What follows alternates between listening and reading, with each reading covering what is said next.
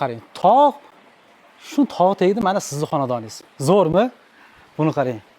Basseynlari bor ekan. Mana tayyor ishlab turibdi, basseyni bor. Xullas kirib yashashga tayyor zo'r xonadon ekan. Buni qarang.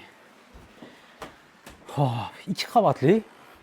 Mana mehmonlar bilan mazza qilib o'tirib, choy poy ichib, mana televizor tomosha qilib, buni qarang. Oshxonasi ham zo'rda. Qarang.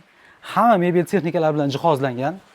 Ishoning kirib bexarajat mazza qilib yashaydigan zo'r xonadon. Men aytdimki, aka, bu dachaga, bu arendaga nech pul berasiz desam, yo'q, bizda arenda yo'q. Bizda o'zim uchun yashayman deydigan insonlar uchun shunaqangi bir yaxshi xonadonlar qurib beramiz dedilar. Lekin zo'r.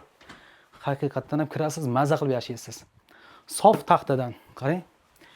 Yog'langan taxta dedilar. Xo'p, ikkinchi qavatga ko'tarilamiz. Mana ikkinchi qavat. Xo'p.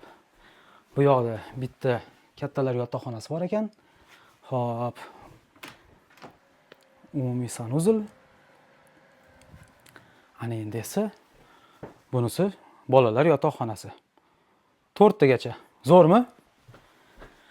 Ana endi bu xonadonni olganingizdan keyin aksariyat vaqtingiz o'tadigan zo'r joyni ko'rsataman. Qarang. Buni qarang. Mana. Zo'rmi? Mana manzarani qarang. Mana bu manzarani qarang, qarang.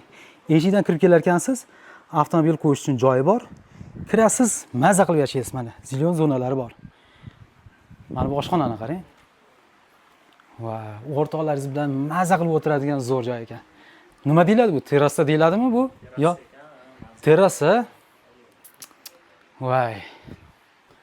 Havas qildingizmi? Kir aylanib tog'ning ichida o'tirar ekansiz. Zo'r-a, lekin a. Mana qarang. Hammamizga shunaqangi fayzli xonadonlar nasib qilsin. Yoqqan bo'lsa bitta like bosib qo'ying. 3,5 sotixga tushgan shunaqangi bir yaxshi xonadonimiz sotuvga chiqarilgan. Manzilimiz Toshkent viloyati Chimyondamiz. To'g'rimi?